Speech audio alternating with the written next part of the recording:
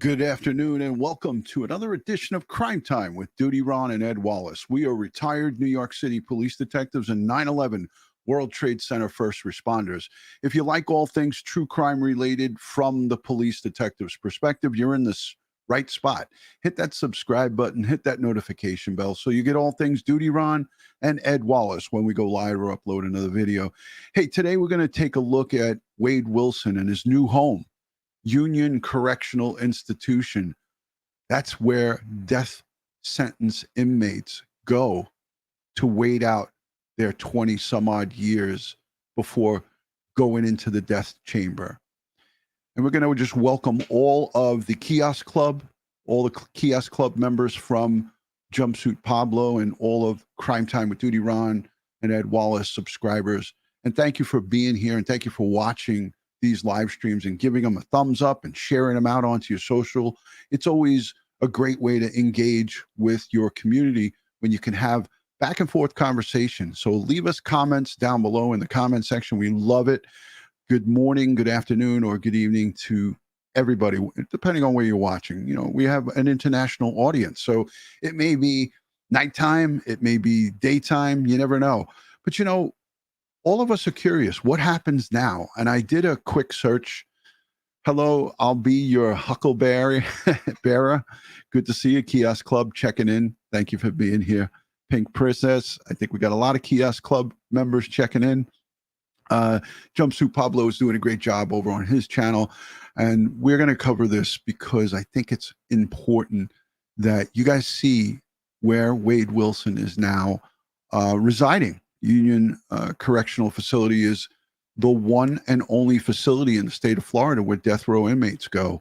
And it's no longer going to be Lee County Jail where he was, it looked like, and it sounded like from all the phone calls and Kiosk Kristine calling him and all these jagaloons, as I like to call them, all the jagaloons that are females and males calling him and entertaining him, that's going to come to a crashing halt for a little bit.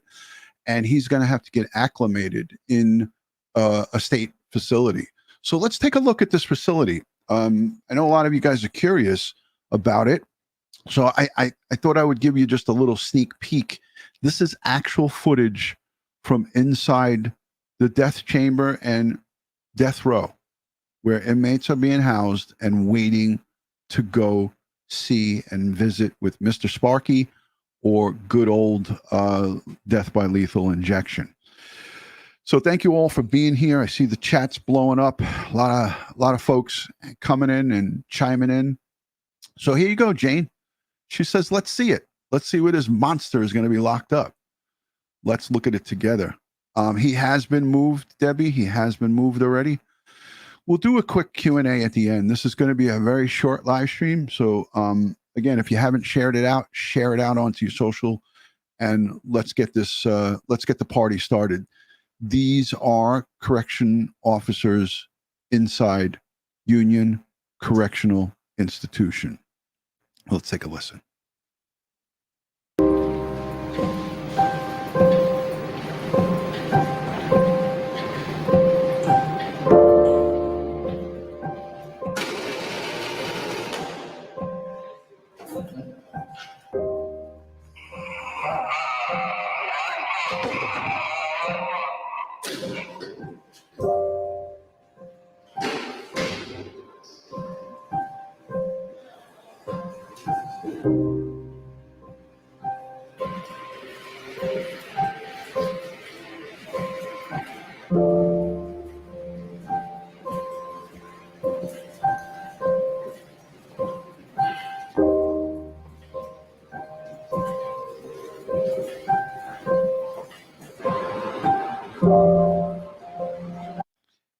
There you go.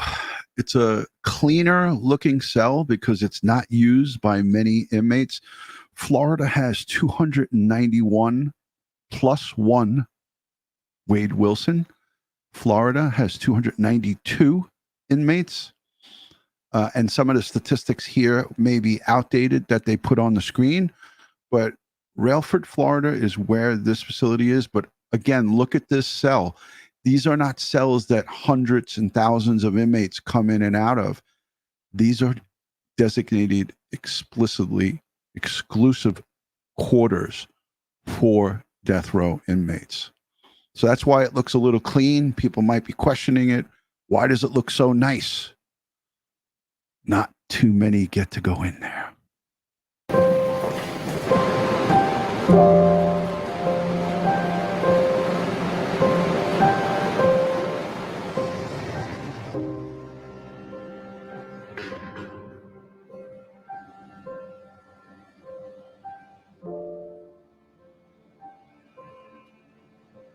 This is where Wade Wilson's final moments will be. And this is from the viewing area where media, clergy, family, we heard from Diane Ruiz's father, who said, I want to see this execution happen myself. And I'm sure family members of the victims, Kristine Melton and Diane Ruiz, will be there. But this is a look at the actual chamber. This is the death chamber inside Union Correctional Facility where Wade Wilson is.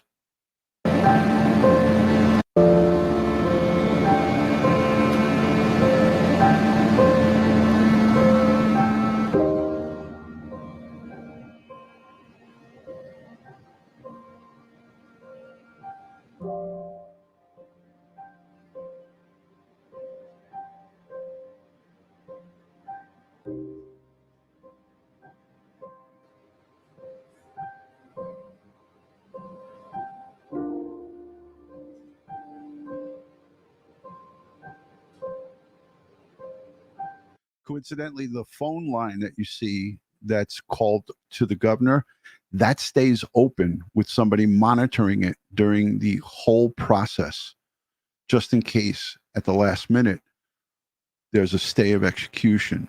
But it's very rare that that happens while they're in that phase.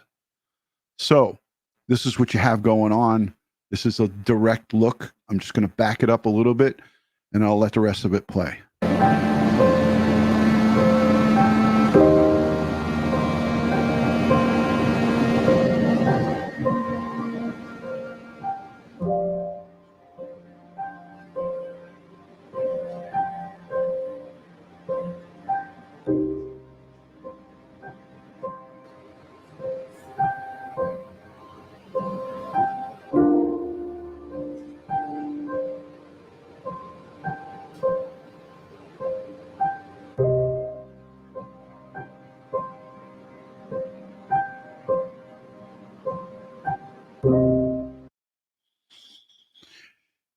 Again, there was an execution at this exact location on Thursday.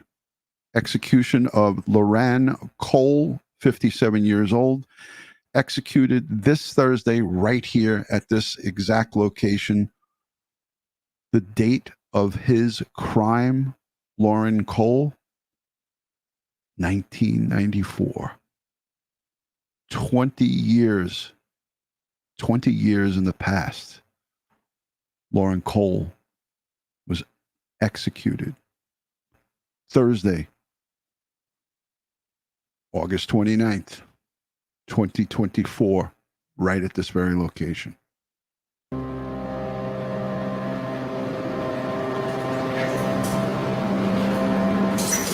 Pretty powerful, ladies and gentlemen. This is only the second time I'm looking at this piece. I saw it late last night, and I said, I think Wade Wilson's fan club would like to see this. And I know that all of us who are cheerleaders for justice, we're not cheerleaders for murderers. We're not cheerleaders for monsters. All of us that are cheerleaders for justice definitely want to see that, because that's an inside look that you don't get to see on a regular basis. So I thought that that was really important that we played that. Let's take a look The state of Florida. The state of Florida's recent execution that just happened on the 29th. Isn't it coincidental? Wadeicus, as Jumpsuit Pablo calls him, Wadeicus Wilson gets sentenced on the 27th of this month on Tuesday. And then just 2 days later, this man This monster. This is a look at evil. Lauren Cole, 57. There was dozens of stays of execution because he claimed or he had Parkinson's disease. He was suffering from Parkinson's disease. But his heinous murders, he murdered 2 people. In 1994, he was put to death by lethal injection 2 days after Wajacus Wilson was sentenced by the judge to 2 counts of capital murder, 2 death penalties. You could only kill him once, but he got 2. Executed a death row inmate after the Supreme Court rejected a last-minute request to halt the execution. Lauren Cole was executed by lethal injection just after 6 o'clock last night at the Florida State Prison in Union County. Back in 1995, a jury sentenced Cole to death for the 1994 murder of a Florida State student who was camping in the Ocala National Forest and the rape of the victim's sister. Cole's lawyers appealed to the Supreme Court that the execution could not be done in a humane way because he had Parkinson's.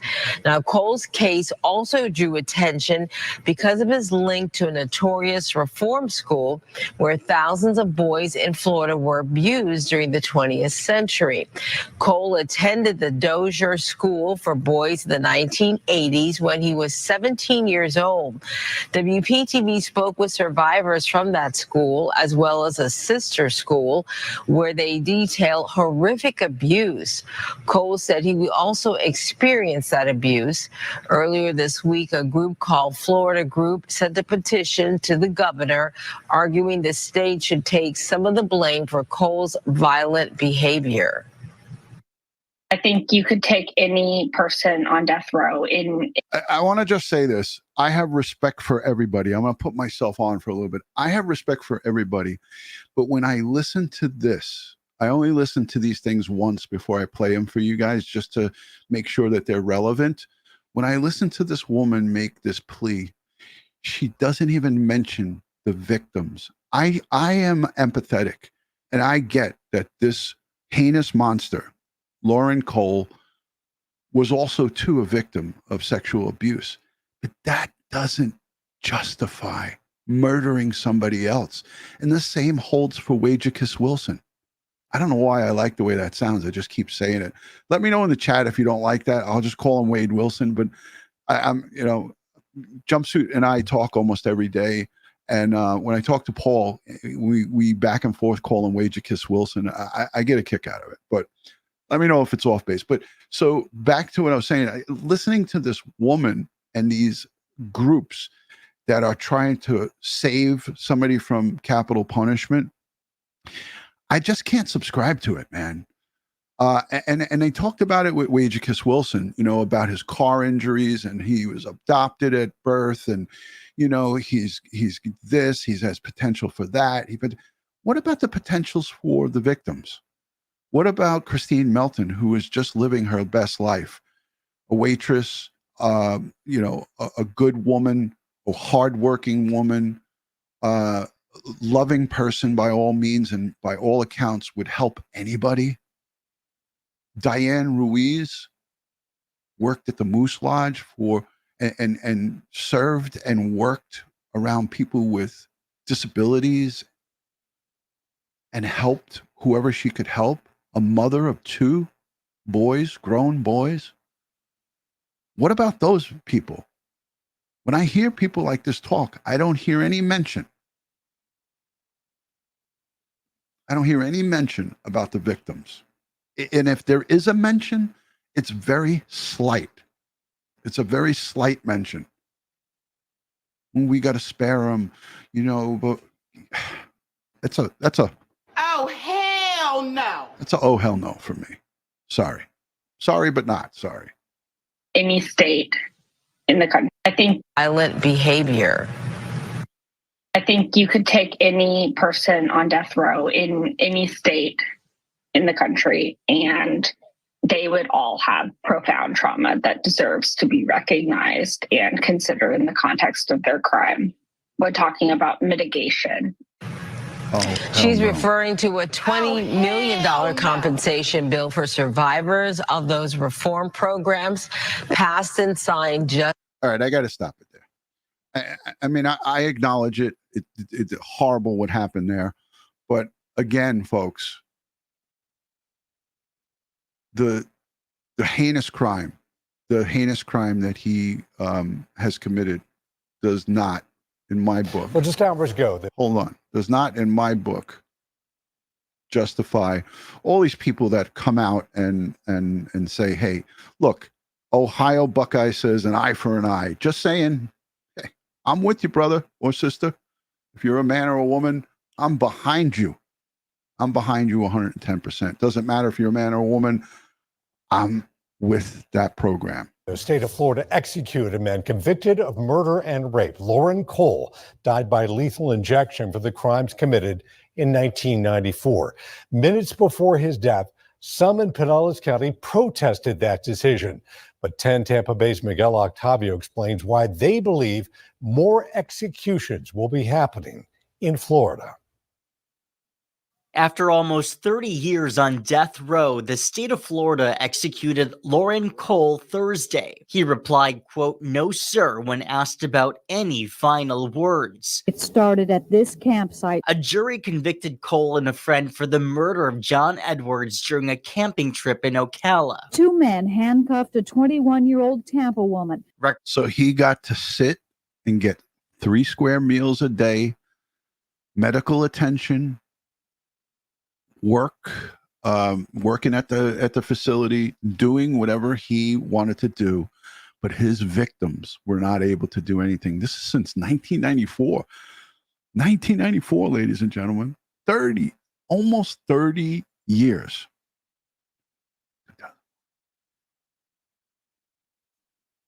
I just don't get it. I just don't get it. And for all these people to come out and say, hey, you know, he deserves to live out the rest of his life incarcerated. That's a oh hell no. Pardon my French. Oh, hell no. Hold on. I'm going to put that for the people out there protesting. Pardon my French, but you're an asshole. I couldn't help it.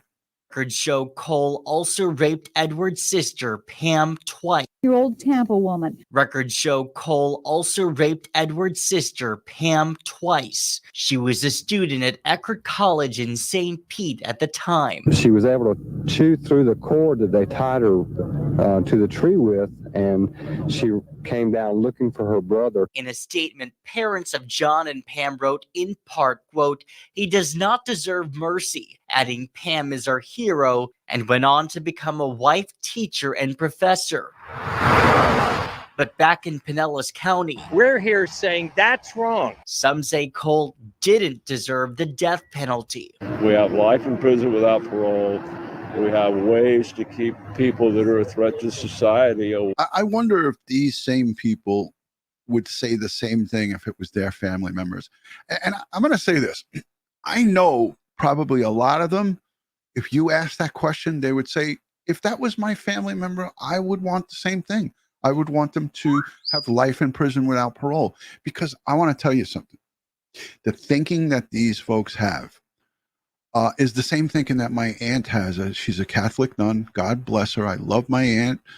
And her and I have had deep discussions about this. Not recently because she's in her 90s, but when she was in her 70s and I was in the police department still working, hunting evil that commit these heinous crimes, she came to me and had a discussion about this. And I asked her, I said, Aunt Joan, if someone killed my other aunt, your sister, my mother, would you want life without the possibility of parole? And you would not want the death penalty for someone who, if they killed my mom, your sister? And she looked me right in the eye and said, no, I would not want death. I would want him to be, or her to be put in jail for the rest of their lives. So it's a deep thinking and I respect it, but I can't subscribe to it. I can't subscribe to it. So I wonder if something was to happen to one of these folks' family members, if they would still stick to that. I know my aunt, because she's a Catholic nun, definitely did. away from the public. Lawyers for Cole say he spent time at the state-run Dozier School for Boys, where he and others were abused and raped. Cole's lawyers also say he was mentally ill and had Parkinson's disease. He can't be with us, he can't be among us, but he doesn't have to die. Critics say executions for those on death row may ramp up. Last year, Governor Ron DeSantis signed a bill into law requiring only 8 of 12 jurors to recommend a death sentence instead of a unanimous vote. Supporters point to the failed death penalty jury vote for the Parkland shooter as the reason. Now, I want to keep this on the screen here because this Nicholas Cruz shot and killed 17 students. And I feel so strongly that the families, it broke my heart. It broke my heart to watch the trial and see the pain and anguish on those 17 families' faces. It almost makes me cry talking about it right now. That was a travesty of justice times 17. And Governor DeSantis, as much as you will, we could talk politics all day long, and I'm not here to do that, but Governor DeSantis got tough on the death penalty and changed the law after this incident, after the injustice that happened to these families, right? And changed the qualifications for the voting. Doesn't now have to be in a unanimous decision for the death penalty. And I salute him for doing that. Let me know in the chat. Let me know in the comments. If you disagree with me, I respectfully will honor however you feel. I would never try to dog somebody for having a complete disagreement with me on this, but I am so for it. This guy should have been old Sparky, should have been fired up, or death by lethal injection. For Nicholas Cruz, he is a cold-hearted, callous murderer. Let me know what you think here in the live chat. I see a couple of people are agreeing with me. Melly, thank you for the super chat. Thank you for being a channel member and a moderator. And thank you for the Oblivious Benson raid. I believe that I saw that in the chat. I was just in the middle of a thought, so I couldn't acknowledge it, but I'm acknowledging it now. Sharon Reynolds agreeing. Lots of folks agreeing. And if you do disagree, you're still welcome here in this community. I have my own flesh and blood, my own family member who totally disagrees with me. As a matter of fact, if she sees this video, I will probably get a phone call from her. Straight up and down. I'm not even kidding. She may call me, give me a piece of her mind, but nice. She'll do it nicely. She's in her 90s, but she's a ball of fire. Look her up, Sister Camille D'Arienzo. That's my aunt. I call her Aunt Joan, but Sister Camille D'Arienzo's got a lifelong service to God, and I respect her. So I respect her. All right, let's finish this out. So this is Governor Ron DeSantis after passing the law for no longer needing a unanimous decision. All jurors do not have to agree on it when it comes to, as it pertains to the death penalty and Wage-a-Kiss Wilson. DeSantis signed a bill into law requiring only 8 of 12 jurors to recommend a death sentence instead of a unanimous vote. Supporters point to the failed death penalty jury vote for the Parkland shooter as the reason for the change. In Clearwater, Miguel Octavio, 10 Tampa Bay. And Cole's execution is the first in Florida since last October. It marks the 7th execution since last year. His friend, William Paul, is serving up. So the state of Florida has had 7 executions. 7. They are rapidly executing death row inmates. And for those of you who have come in a little bit late, I played a video in the beginning, in the opening. Within the first 3 minutes, I played a video, give or take a few, of inside the Union Correctional Institution, where Wage-a-Kiss Wilson, and the spelling is to be disputed on how you would spell Wage-a-Kiss. So, folks, put it in the chat of how you would render that spelling of Wade Wilson, Wage-a-Kiss. Just for shits and giggles, I'd like to see that in the chat. But let's take another look. Again, this is a group that's against executions, against them. So I want to play this because it's all surrounding these folks. You see them continuously come around when the death penalty gets, when the death warrant gets signed by the governor. And they come around and you hear about them and you see them and you hear them. And they have their, and you know, they have their agenda that they want to get out there. It's tough. I'm looking at some of the spellings. You guys are throwing off my my thought process right there. There's one from A. Edmonds, Wade with an E and a Jicus, Wagicus. This one sounds, Connie, like a little bit like Wadicus. I like this one, Mr. Or Mrs. M. Spray Music, Wagicus. It's like Secaucus, New Jersey. Wagicus. I like it. Let's look at life on death row. This is from 5 years. Yeah, it might be. Yeah, it is. It's 5 years ago. I played this in the beginning. I want to play this for all of you. This is where Wade Wilson is now. I currently looked him up. It doesn't show you the exact location where he is within this facility. But as we know from our good friends at Tier Talk, Anthony Ganji, when these guys, when inmates get sentenced and sent up for their, they call it a bid. When the inmates like Wagicus Wilson get sentenced, I love that. I love the way that sounds, man. I can't get, I'm going to try to stop. When Wagicus Wilson gets sent and is sent to the Union Correctional Institution, he has to go through this 30-day process of where they evaluate him. Even though he's been in custody at Lee County Jail for 5 years, they still have to adjust him and do this 30-day, or give or take, maybe it's 2 weeks now, 3 weeks. I believe it's 30 days standard in most prisons. They do this evaluation. They look to see, you know, where his mental state is and so forth. It's an evaluation stage, but he's going to not general population. He's going to the death ward. So when he goes to the death ward, that's why I say maybe it's a less than a 30-day, because he's not going to be in general population. He's just going to be in isolation. And part of the isolation is torturous, because you don't get a lot of prison, you don't get a lot of engagement with other prisoners. You don't even get to see them. The only one time you get to see them is if they're walking by your cell. And what you see right here is, this is the death, folks that are sentenced to the death penalty. This is the facility. This is the actual pod, if you want to call it that, where he'll be. And Wagicus Wilson is not going to have the same liberties that he had in the Lee County Jail. He won't have that tablet that they talked about.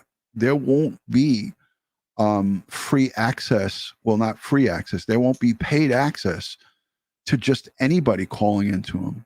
Kiosk Kristen, her love affair with Wagicus Wilson may be coming to a crashing halt. I know she says that it's already came to a crashing halt, but I call BS on that. Oh, hell no. You know, so things will come to a little bit of a crashing halt.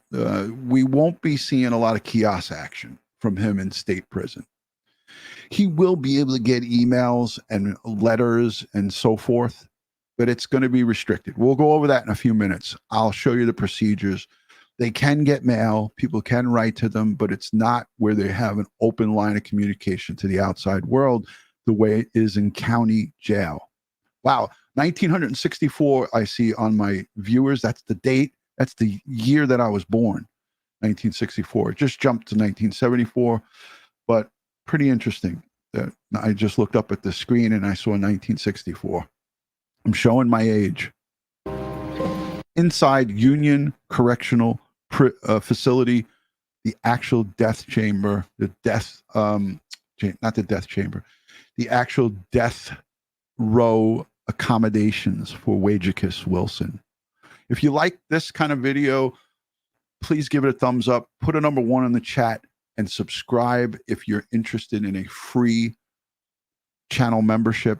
All the number 1s in the subscriptions, folks subscribing to the channel, I'll be giving away a couple of free memberships. So please put your 1s in the chat. Let me know that you're subscribed. You know, just say, hey, subscribe.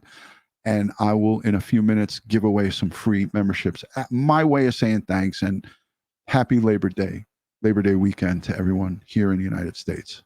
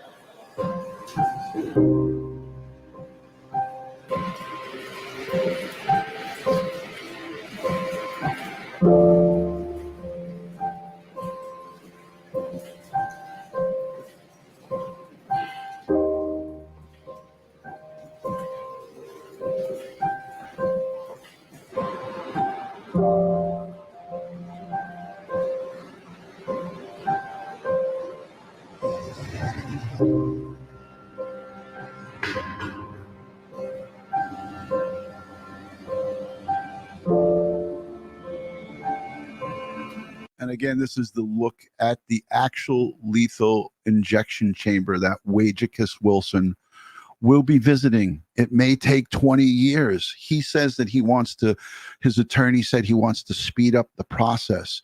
But I am going to have Florida criminal defense attorney join me to discuss. We'll have a discussion about the appeals process, because you know me, folks, when I talk about something, I don't like to go out of my lane.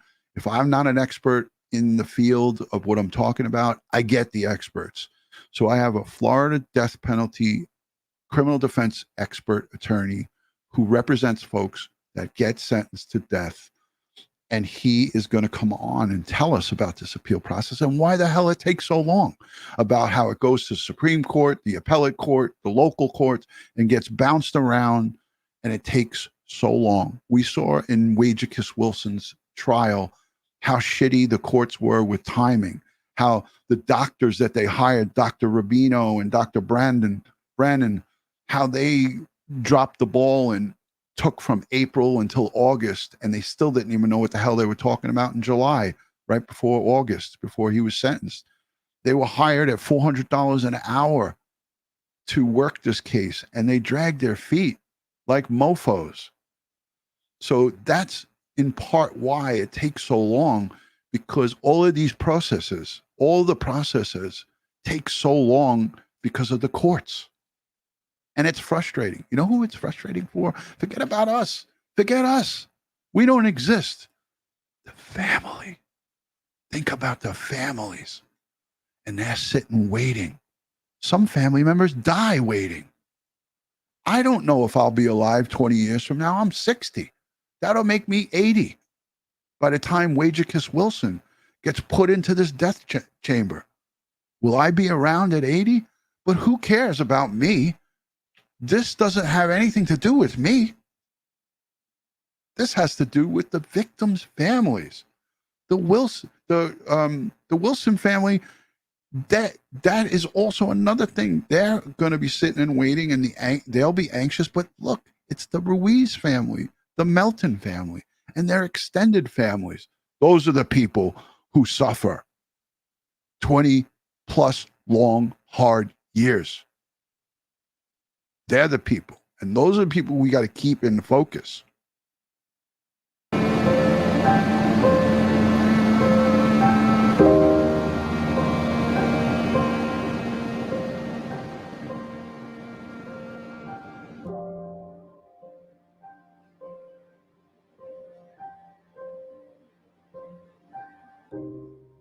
Thank you, Lisa.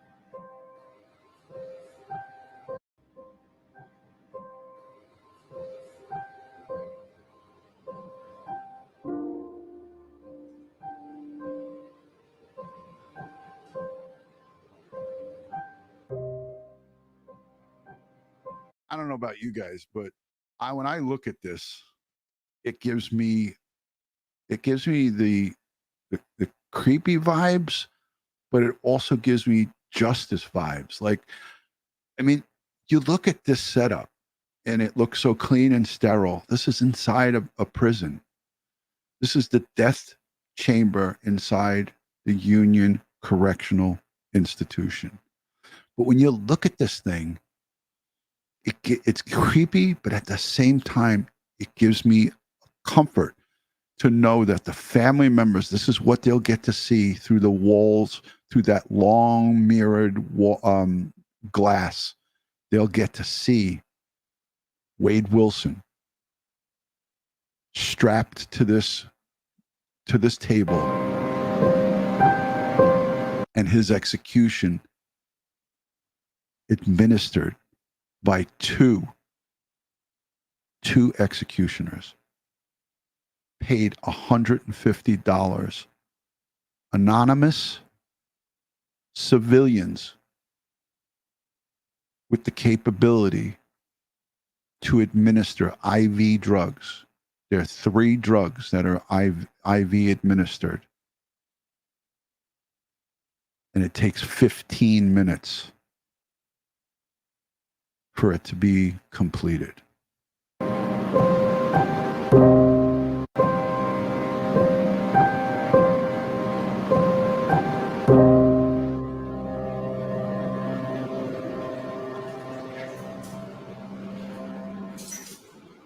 I got to tell you, I would watch it. I would watch it, not just for Wade Wilson, but for any heinous murderer, because it is justice for their families, and people argue that it's not justice.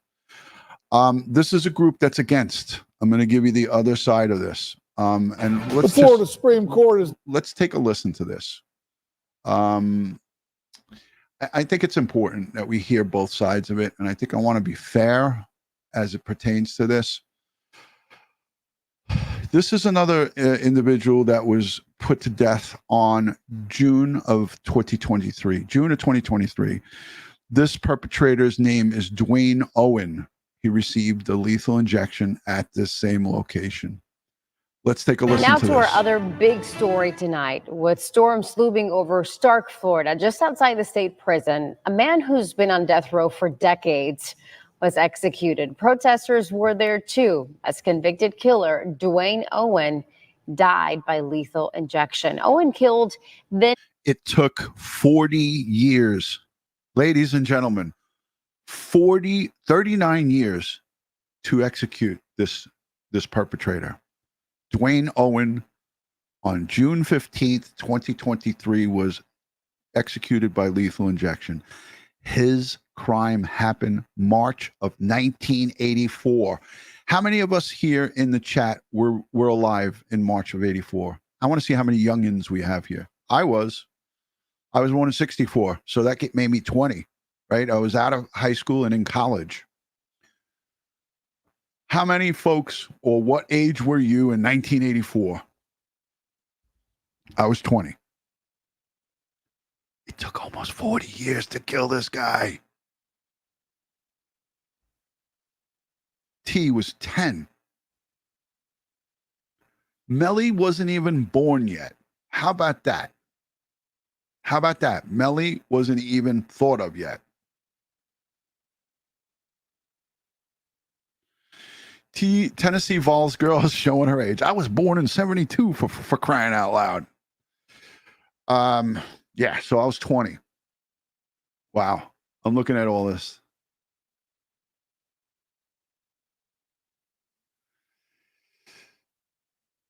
I'm looking at all this stuff. Wow. Melly, there it is. I wasn't even born. You two bad actors, we share the same year. It was a good year, 64, right? All right, let's listen to this. I'll shut my pie hole. Let me shut my pie hole. Ready? Storms looming over Stark, Florida, just outside the state prison. A man who's been on death row for decades was executed. Protesters were there too, as convicted killer Dwayne Owen died by lethal injection. Owen killed then 14-year-old Karen Slattery and 38-year-old Georgiana Warden in separate attacks back in 1984. Slattery was babysitting two girls in Delray Beach when she was killed, the children untouched.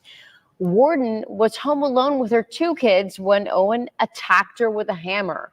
Those girls were fast asleep in another room. Our Ashley Glass has been speaking with family members of both victims for months. They've been sharing personal stories in hopes of keeping their memories of both Karen and Georgia alive. Ashley reports tonight from Stark.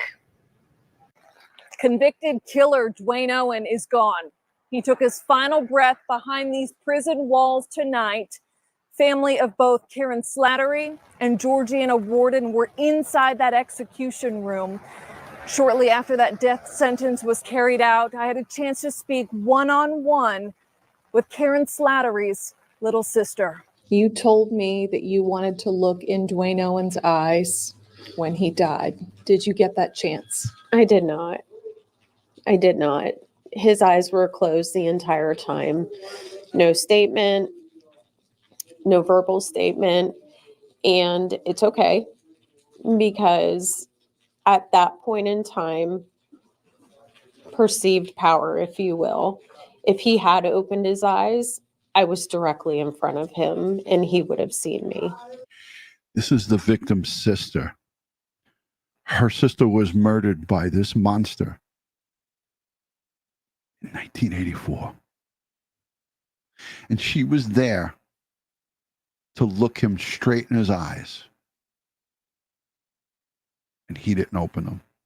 But she was there, and that took a lot of strength, a lot of courage, and a long time waiting. Without a doubt. I have a lot. You told me that you wanted to look in Dwayne Owen's eyes when he died. Did you get that chance? I did not. I did not. His eyes were closed the entire time. No statement, no verbal statement.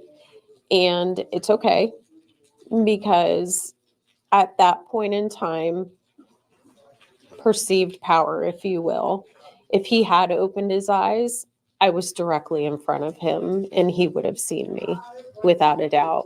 I have a lot to unpack. Emotional wise, it's going to probably be I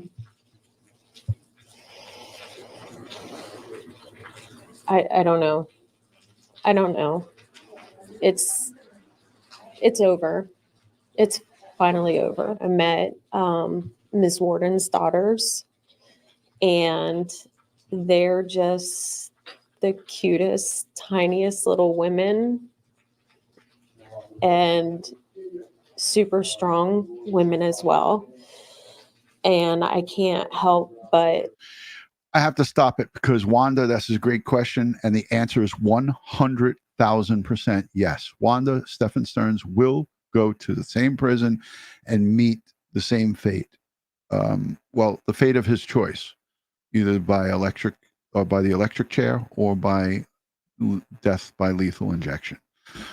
Yeah, no more laughing for Wade Wilson. You won't hear that stupid laugh from him anymore, I hope, because now reality is going to sink in, because he's not going to have any.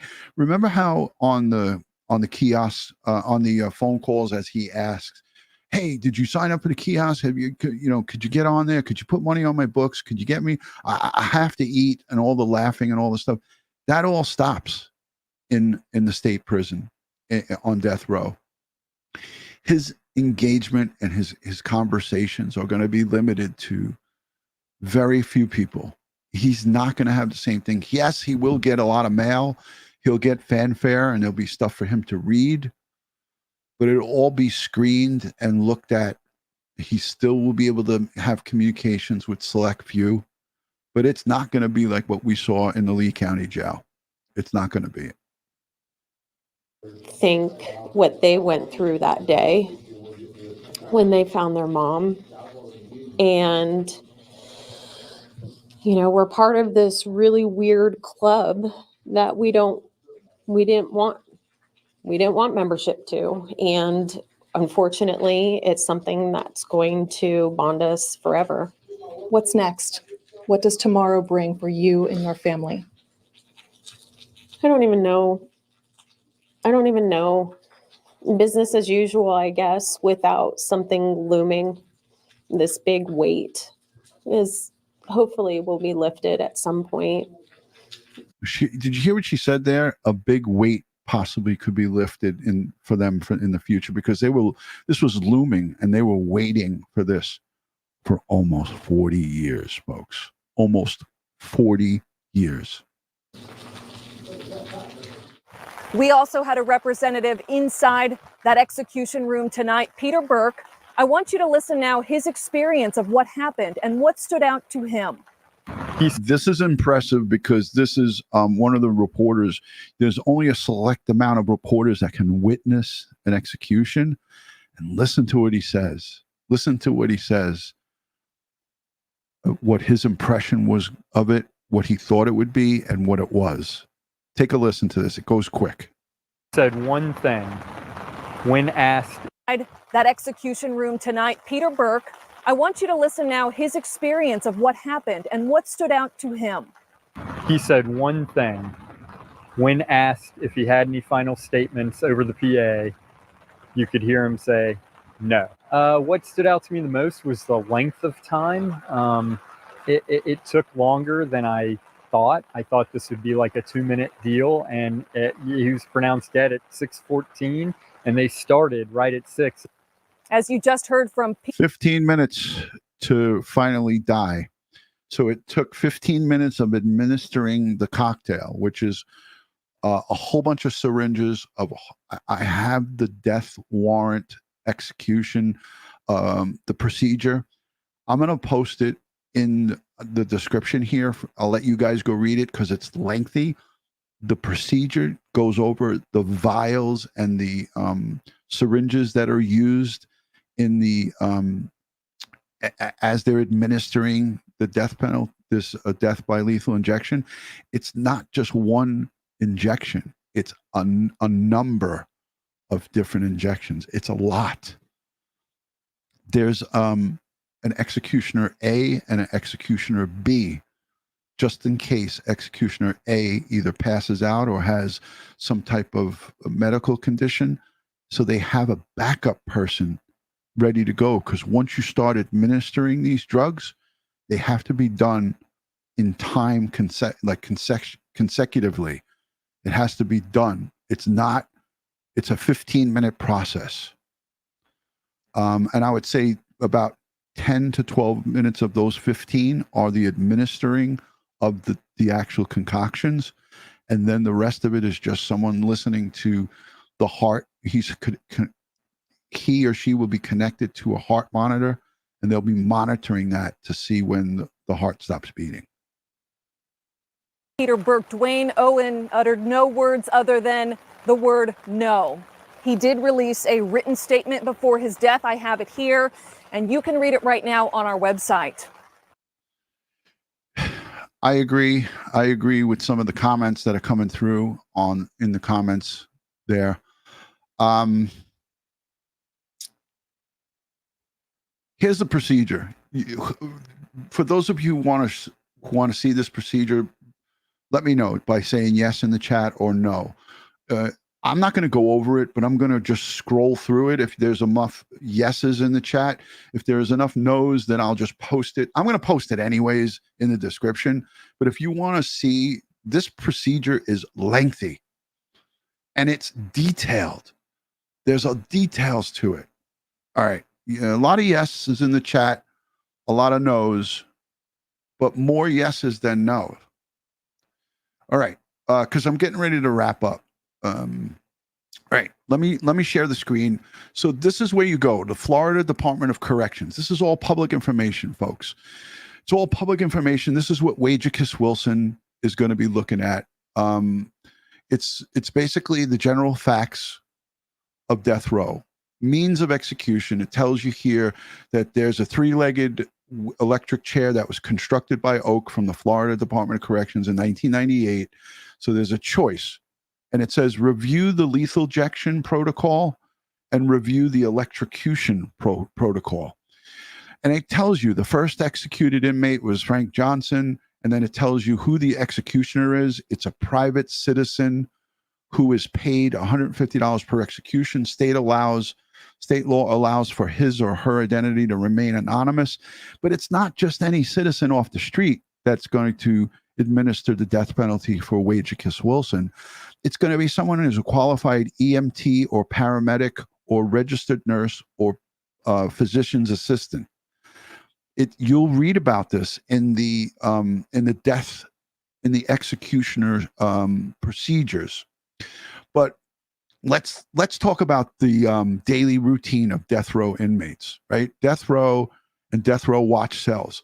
Now, a lot of you are asking, will he be able to get money on his books? Will he be able to get things of that nature? And yes, they have the same type of setup, but it's not as easily accessible as a county jail is. So the death row cell is 6 by 9 by 9.5 feet high. Florida State Prison also has death watch cells to incarcerated inmates awaiting execution after the governor signs a death warrant. So there's two different cells. There's the death row cell while waiting, that 20 years. It's 6 feet by 9 feet by 9.5 feet high. And then when you get word that your execution warrant is signed, they put you in a 12 by 7 by 8.5 feet high. So you get 12 feet by 7 feet by 8.5 feet high, as opposed to 6. So you got a double the size cell when you get notified that your death warrant was signed. And you're only in that cell for a short period of time, because once the death warrant's signed, it goes quick from there. Men on death row are housed at the Union Correctional. Here's the meal periods. They tell you about the meals. And the last meal prior to being executed cannot cost over $40. The last meal and food that's prepared for the inmate is going to cost no more than $40 and purchased locally. All inmates can get visitors, but they must be approved beforehand and before the visitation's allowed. Question regarding visiting inmates on death row will have to go through the classification officer. There's a whole process that you got to go through. Letters and emails can be sent, blah, blah, blah, blah, blah. Inmates shower every other day. Security. Death row inmates are counted once an hour, and they're escorted in handcuffs everywhere they go, except for inside their cells and the exercise yard and the shower. They are in their cells at all times, with the exception of medical reasons and exercise, social or legal visits, or media interviews. When a death warrant is signed, the inmate is put under a death watch status and is allowed only a legal and social phone call. Once the death warrant's signed, you only get legal and social phone calls. That's it. Magazines and entertainment. Inmates may receive mail every day except holidays and weekends. They may have snacks and radios and 13-inch televisions in their cell. They do not have cable television or air conditioning. They do not have air conditioning. In Florida, no air conditioning for the inmates. They're not allowed to be with each other in common rooms, so that they're not with any other inmates. They can watch church services on closed-circuit TV, and while on death watch, inmates may have radios and televisions positioned outside their cell bars. And then they go on to give you statistics. But let's go back to the procedure. The lethal injection procedure. Let me know if you could see this by putting a 1 in the chat. If you could see it, good. If you want me to try to make it bigger, I'll try to make it bigger. Just let me know if the fonts are okay. I know some people can see good, some people can't. If you need it to be bigger, I think I can make it just a tad bit bigger. But this is the lengthy procedure. All right, there we go. I think that's as far as I can get it. All right. And I think all of you guys want to see this, right? So this is the Florida Department of Corrections, Governor Ron DeSantis. And This is the procedures for lethal injection. And it's a lot of pages. So it gives you the purpose, the application and definitions, talks about the execution team, who they are, how they get selected, and then they talk about the executioner right here. And the institutional warden who oversees the execution. And then there's a minister of religion if the inmate requests a minister of religion. This is the whole procedure.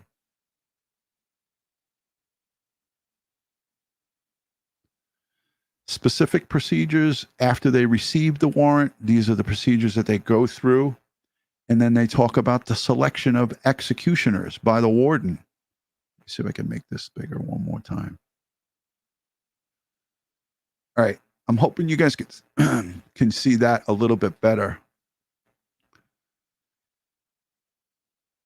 The team warden will select 2 executioners who are fully capable of performing the designated functions to carry out the execution.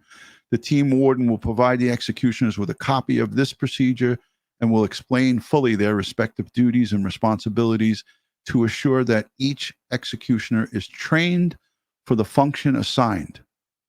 The identities of the executioners will be strictly confidential as provided by the Florida state statute. The execution team warden will designate one of the selected executioners as the primary executioner and then another as a secondary. Remember I talked about it in case the primary either passes out or gets sick during the course of administering the cocktail that will kill Wagicus Wilson. The primary executioner will be the sole responsibility for administering the flow of lethal chemicals into the inmate during the execution. The secondary executioner will be present and available during the execution and able to assume the role of the primary executioner if the primary executioner becomes unable for any reason as determined by the team warden to carry out his or her functions. And then they talk about the selection of the execution team, which is 2 people. And they go through all the legal certifications and how they need to be trained or have the know and the wherewithal of how to mix the chemicals and how to administer them. And here's the process. Again, I told you I'm not going to read it all because it's many, many pages. But in subdivision A of how they get selected, it says, you know, about all of their certifications that they have. You know, they say it could be a practical nurse, a registered nurse, advanced practice registered nurse, licensed under Chapter 464 of Florida statute, a physician's assistant, an EMT, a paramedic, so on and so forth. So there's, you know, it goes over, you have to attach leads to the heart to monitor the person's heart during the execution. And this is the whole procedure. Team warden shall select other execution team members to carry out the following tasks. Number 1, showering and preparing the inmate, ensuring the equipment necessary for execution is in proper working order. 3, escorting the inmate from his or her cell to the execution chamber, applying restraints to the inmate prior to applying heart monitors and leads and acquiring the venous access to the veins, maintaining an open telephone line with the office of the governor, reporting on actions. This is just the full legal procedure that Wagicus Wilson will be able to he'll be able to read this. If he requests this information, his attorney or people, you know, that want to get him this information, this is public information. So this is not hidden from him. So,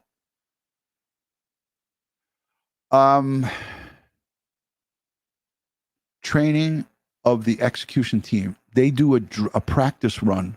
Now, obviously they don't practice killing somebody, a live person, but they go through the execution phases on probably a dummy doll or whatever of administering all of the concoctions, every one of them. They go through it a week prior to the scheduled execution. They do a practice run. They probably don't use the, they're not going to waste the chemicals used to put the person to death, but they're going through this process. And they talk about issues related to equipment needed to carry out the execution. The inmate is not rendered unconscious or administering of an injection. They talk about a combative inmate, incapacity of any execution team member or executioner. They cover every ground of what can or could go wrong.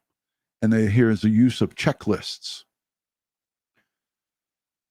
The purchase and the maintenance of the lethal chemicals. They talk about everything in this order, folks. If you want to know about what Wajicus Wilson's fate is, maybe 20 years from now, you could read about all of this. Approximately 1 week prior to the execution, the team will designate one or more execution members to review the inmate's medical file and make a limited physical examination of the inmate to determine whether there are any medical issues that could potentially interfere with the proper administration of the lethal injection process. Now, we just saw an inmate that was just executed. Lauren Cole, 57, was executed on Thursday, August 29th. He had Parkinson's disease. So, barring something major, this procedure part right here about checking the medical condition of an inmate, I mean, this guy had Parkinson's. If it's recorded and it's on record that, he has that, they still put him down. They still put him to sleep. On the day of execution, a food service director or his or her designee will personally prepare and serve the inmate's last meal. The inmate on the day of execution will be allowed to request a specific food, possibly Slim Jims. Do you think he'll be able to wear his long johns? I don't think so. There's a specific outfit that they talk about here that the inmate is clothed in when he goes to the death chamber. An alcoholic drink to the extent will not be allowed. No, non-alcoholic drinks to the extent of such foods cannot exceed costs of $40 or less, available at the institution and is approved by the food service director. The inmate will be escorted by one or more team members to a shower area where the team member of the same gender, male watching a male, female watching a female, will supervise the showering of the inmate. Immediately thereafter, the inmate will be returned to his or her assigned cell and issued appropriate clothing. A designated member of the execution team will obtain and deliver the clothing to said inmate. So you don't get to wear what you want, you get to wear what they tell you to wear. A designated execution team member will ensure that the telephone in the execution chamber is fully functioning and that there's a fully charged, fully functioning cell phone in the execution chamber. Telephone calls will be placed from the telephone to ensure operations. They're testing everything. Additionally, a member of the execution team shall ensure that a two-way radio communication system and visual monitoring equipment are fully functional. The designated execution team member will ensure that the PA system is fully functional. The only staff authorized to be inside the execution chamber are the members of the execution team and others approved by the team warden, including 2 monitors from the FDLE, Florida Department Law Enforcement. A designated execution team member in the presence of one or more team members and an independent observer from the FDLE will prepare the lethal injection chemicals as follows. Ensuring that each syringe is used in a lethal injection process is properly labeled, including the name of the chemical contained therein. Here's chemical number 1. And it goes into the whole process of how it is administered and how many of the syringes are in step number 1. It's quite lengthy. It's not just one injection. This process will be repeated with a second syringe, clearly labeled number 2. Here, then there's a second one, and this one has a whole bunch of different slots. There's a total of 5 of the second bromide injection. This is getting real. This is no more canteen and kiosk club for Wagicus Wilson. There's the potassium acetate injection. That's injection number 3. And it gives you all the cc's. And this is so detailed. Like when I first read this, I was like, wow. Number 4 is a saline solution.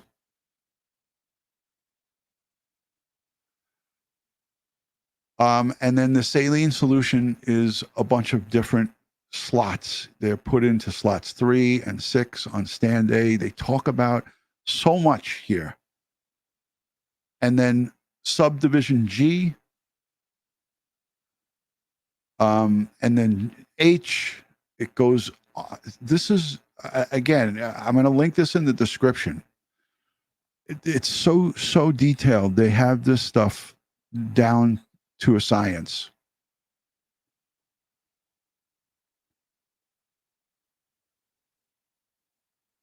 Administration of the execution. They talk about the PA system and opening it, and they also go into if there's something goes wrong and how they are to shut the curtain and then go to plan B. If one of the veins give out, like I guess that's a possibility that could happen. They have 2 lines going into each side of the arm. If those fail, they go to a different location, and they even talk about surgical procedure to actually get the drugs and administer them into the defendant. And this is, again, all procedure. And like I said, I'd be here for 2 hours if I read all of this to you. Here, subdivision F, once the inmate is pronounced dead by a physician, a designated member of the execution team will record the time of death on an appropriate lethal injection procedure checklist. The team member will notify the warden and the governor via open phone line that the sentence has been carried out and the time of death. A lot of information here, folks. A lot of information. Let me go to the super chats and thank everybody. I'll start from the beginning. Husky Lover, thank you for becoming a member. Kim, thank you for being a member for 5 months. She says, love you, Duty-Ron. Love you right back. Melly, happy Saturday to everybody. I was going to say Sunday. It's not Sunday yet. Thank you for the support, Melly. Simi, why does it take so long? We talked about it. It's just that constant appeals process. It's a constant appeals process that's just exhausting. But thank you for the super chat. I appreciate the Canadian $13.99. Catherine Fushino, thank you for being a member. His new name is Waiterix. Thank you for the $10 super love. Appreciate that. Tom and Lauren Fernando King, thank you for being a member. And it says, if you were abused, you know better. You didn't like it when it was done to you. Shame on you. Not an excuse. Lauren is here. She's making it clear it's her. Thank you, Lauren and Tom. Thank you for your service. Thank you for thanking me. Thank you for becoming a member. Moria Vesti. Thank you. Ohio Bucky, thank you for being a member. Becoming a new member. Cheryl, welcome to the club. It's not the kiosk club here. Thank you for gifting memberships. Lauren, thank you. DutyRon, thank you for gifting. Oh, I gifted 5 memberships. I'm going to do 5 more. Just make sure you keep subscribing and hitting the thumbs up. I know you can't subscribe more than once, but just make sure you're subscribed. Put a 1 in the chat if you want a chance to get 5 more. I'm going to send 5 more new memberships. I can't remember. Thank you for becoming a member. I can't remember. Thank you for gifting a membership as well. That's kind of you. YouTube Bad Actors became a member. I'm honored and impressed. Thank you. Jay, thank you for being a supporter. It says my good friend is an anesthesiologist. The order in which they give, it's more than 3 injections, as we see here, can make it more or less comfortable for Wade.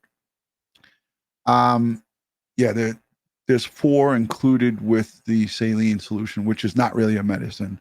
So I guess you have 3 medicines and then some saline to flush the system or whatever.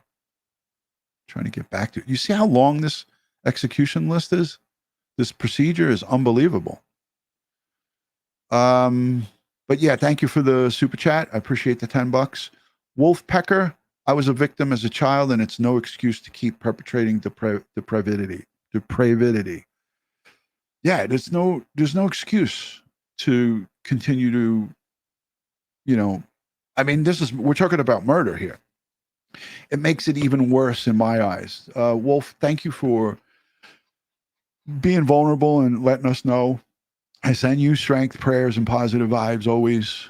And any victim of any crime or any sexual abuse, it's a lifelong sentence that we all have to live with when you go through that, and families included, and friends and loved ones. They go through it with the people who have suffered. Sue, thank you for becoming a member. Emily, my very first channel member, 55 plus months of great info and chats. Emily was the very first channel member on Crime Time with DutyRon. Thank you, Emily. Joey Brooklyn, welcome all new members. Joey Brooklyn's got a great channel. Go check it out. Joey Brooklyn does great stuff on his YouTube channel. Go over and check him. Jay, thank you for the $100 super chat. Wow, very generous. So grateful for your education. I don't know where else we would learn this. Very interesting. This thought just came to my mind at about 12:30, and I started doing a little research, and I scheduled a live stream 10 minutes to 1, and I went live at 1. So yeah, thank you, Jay, much appreciated. Emily, thank you for the 10. Thanks. This is this procedural document on a website. I'm going to link it in the description, Emily. Yes, it's available publicly.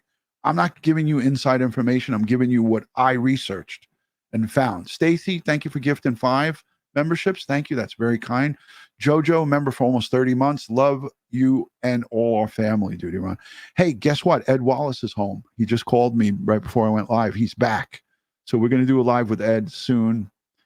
He had a horrible time in Burkina Faso. There was a terrorist attack there. 200 people were killed. Ed Wallace jumped and sprung into action. I can't go into what he did and his team, but they were instrumental in helping the African government identifying the 200 plus victims of the terrorist attack that took place in Burkina Faso, Africa, on the 27th of August. I don't think it was the 27th. It was Saturday, last Saturday. Let me go to the date and tell you what date that was. Sorry. The 24th. It happened on the 24th in Burkina Faso. Melly, much love to you. Thank you. Yeah, all survivors of sexual abuse and domestic violence. Amen to that. So what do you think, guys? I think we covered this pretty good. Wade Wilson is going to be looking at 20 long years, if it takes 20 years or longer, in hell. He's going to have isolation. He's going to not have all of the comforts that he had in county jail, Lee County Jail. Wade Wilson is going to be looking at 20 long years of torture, mental torture, and he deserves it. Listen, for those of you in the chat who are survivors and know about this stuff, Rosalie, thank you for letting us know what you've gone through. Again, prayers and positive vibes and strength. But, Wade Wilson is going to be looking at this horrible hellhole that we looked at. And this death row is no joke. I mean, I hate to be redundant, but as it pertains to this, I think it's important everybody sees it. And we will come back and we'll end it with our victims. and we'll show our victims, Kristine Melton and Diane Ruiz, Wade Wilson's new home at Union Correctional Facility until he's put to death. And this is what it's going to look like.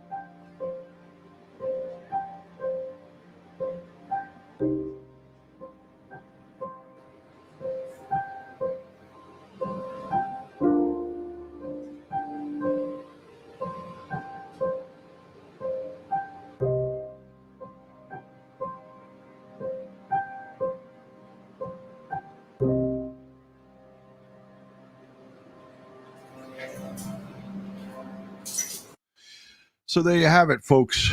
Hashtag DutyRon in the chat for questions as it pertains to Wade Wilson. If you're not yet subscribed, consider subscribing here at Crime Time with DutyRon. I'm going to have an interview with Wade Wilson's former girlfriend, Mila. Melissa Montanez has agreed to come on live with us to talk about her 6 months with Wade Wilson. She only knew him 6 months. And she's going to tell us how Wade Wilson was and how erratic and how dangerous he was and how dangerous it was for her to be with him. And she wants to advocate for victims of domestic violence as she was. And she wants to try to help other women who might be in similar situations. So we're going to be hearing from Mila live. She'll be live with us for an hour. And we're going to talk about Wade Wilson, what it was like for her to be a girlfriend of Wade Wilson. And I think we all have questions, right? So if you have questions for Mila, for me to ask her, go over to DutyRon.com and put in under the questions, put in Mila, show with Mila, and let me know what you want me to ask her, and I don't think anything is off limits. And I apologize that I'm looking to the right because I got a couple of things I want to show you guys quickly. I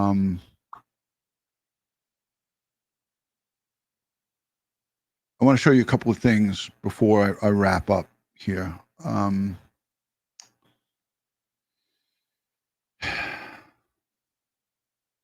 I save stuff and then all of a sudden I forget where I put it. So yeah, go to DutyRon.com and put in questions for Mila. And I want to ask her your questions, not just the questions that I decide to ask her. But I want to ask her questions that you guys want me to ask her. I think it's important. I think it's really important. This is what I wanted to play, and it took me this freaking long to find it. But this is Diane Ruiz, her family, and Kristine Melton's family. They gave a statement at the end of the sentencing when Judge sentenced Wade Wilson to death. And I didn't get a chance to play it yet, and I think it's important to play it here because this is what's important. It's the victims and their families. And their families are the only ones that are left to be the voice for them. So let's take a listen to this respectfully, And I'll come back to you with questions that you have, and then we'll wrap it up. This is Kristine Melton's family member. I'll put it back just a little bit. The state attorney talking, but let's listen in. By family, friends, and their community. I would now like the family to speak about Kristine and Diane.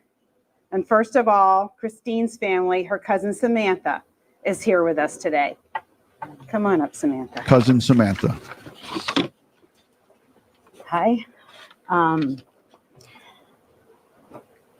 As a family, we have all been really quiet because it was so important to the integrity of this case. Wade supporters have not been quiet, but we all know that the loudest ones are always the dumb ones anyways. But I love that she said Wade supporters are loud, but the loud ones sometimes are the dumb ones. And that was great. Let me know in the comments and let me know in the chat what you thought about that statement. That was unbelievable. And I love that she said that. She was basically putting a sock in the mouth of all these supporters, these crazy psychos that need mental health counseling, that support Wade Wilson. So kudos to her cousin. we're done being quiet. So I will say that this will not be the last that Wade Wilson sees of us in a courtroom. I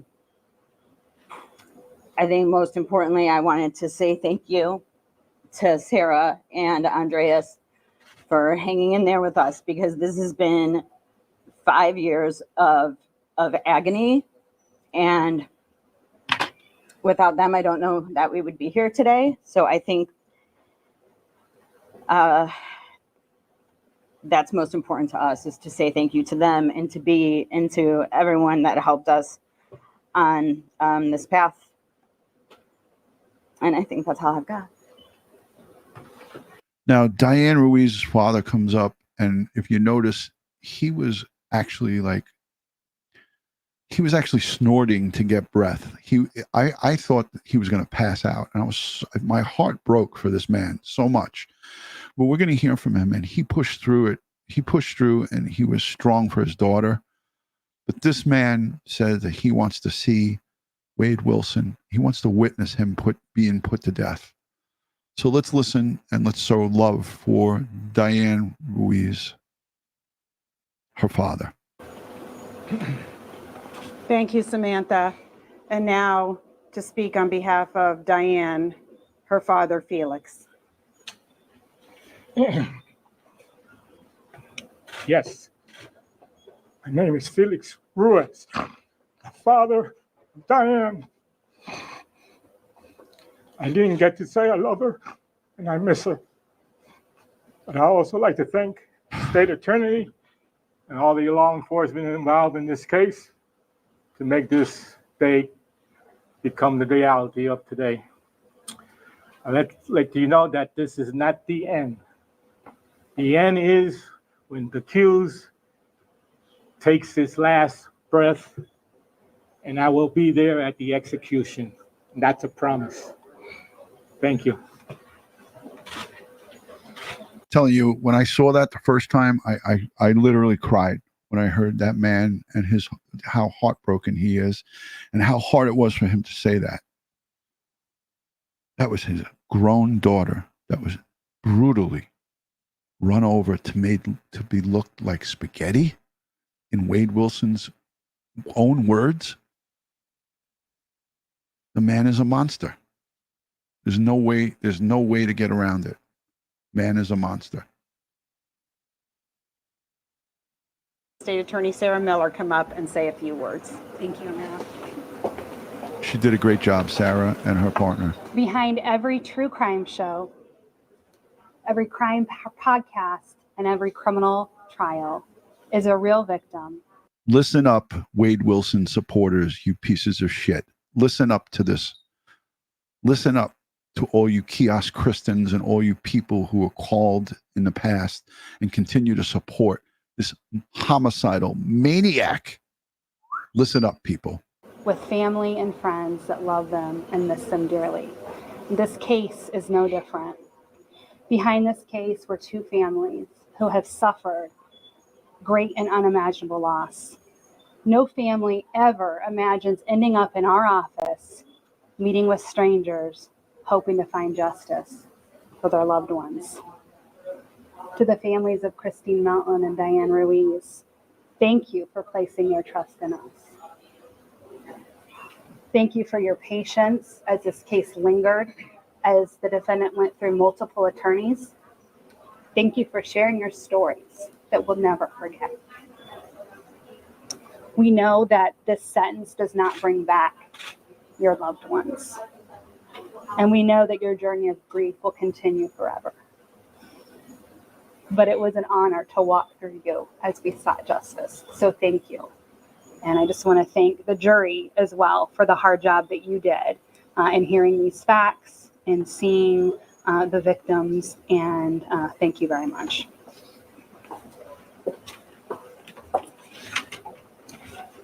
Seek the death penalty is not one that's taken lightly. It takes a lot of thought and consideration. When I first got the calls regarding the investigation, regarding both deaths in this particular case, we began putting both cases together. We learned that not only were they related, but this case was deserving of that consideration. The defendant killed for the sake of killing. And it was nothing more than a vulgar display of power. I know you heard that during my closing argument. And for those of you who are heavy metal fans, yes, I did take that from the heavy metal band called Pantera. So this guy did a great job. Acts warranted the death penalty, not because of that he killed or how he killed, but it's why he killed. And he killed because he could. He killed because he wanted to. He killed because he'd already done it once. And he killed because he was going to do it again. It's that exhibition of callousness. It's that exhibition of consciencelessness. And it's that which determined that he didn't deserve to walk among us. So not only did the facts and circumstances warrant the death penalty in this case, it was deserved and he earned it. And we did not make this decision lightly. So I want to thank you very much for your time in this case. And if you have any questions regarding the case, we'll be more than happy. And what was that passion? You know, we could I'm fast forwarding it to the good part. hear that fire in your voice. What was driving you in those moments? Obviously, the facts of the case, I don't know how anybody can't be passionate about what happened to these women. I think what sets this case apart from a lot of other murders is that this could have been any one of us. This could have been any one of us walking to work, going to an after party after a bar, and to think it could have happened to anybody. It's a scary thought. And she says it really well here, because any of us could have been Kristine Melton. Any of us, especially, could have been Diane Ruiz. All she was doing was walking to work. So when you walk out on the street, what she's referring to here is that it could have been anybody. He chose randomly Diane Ruiz to murder. Oh, here's someone walking on the street. I'm going to grab her. It could have been you. It could have been any one of us. And so I think this case was impactful to me personally. It was impactful just my getting to know the family and how loved Kristine and Diane were. And I wanted the jury to see that, again, this is about them. This is about their what they went through, and just to show the jury that we care, that we're not just here because it's a job, but it's because we really do seek justice. We don't go into this job for big pay. It's because we do want to see justice for our community. After the verdict, you talked about victims and other alleged victims, Palm Beach County, Tallahassee.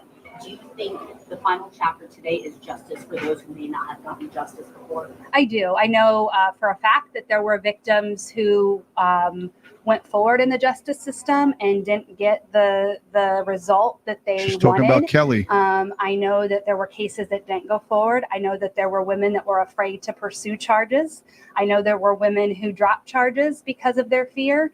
And Talking about so Mila. this case is a win for so many people, and it's a win for anybody out there that would ever come into contact with him. Because This is a strong as woman Wade right here. Wilson's father testified at trial, I believe he would have done this again. I believe if he hadn't been stopped on this day, there would have been more victims. And if Mila didn't have witnesses at her spa, that she would have been a victim of murder as well. So I think it's a huge win for the safety of our community, for the safety of the state of Florida, and for anybody that's walking down the streets.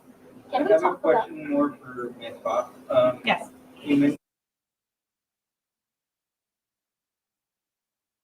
Sorry, guys. I just wanted to fast. We request his jail email, so part of we just got emails from a couple days ago, so it doesn't appear. So that they're talking about the emails and the correspondence with Wade Wilson, and listen to what she says. To us that his communications have been cut off, at least from what I've seen come through our office. You got emails from him? We request his jail email, so part of the process of our case is we've been requesting and reviewing his emails and phone calls to all of these women.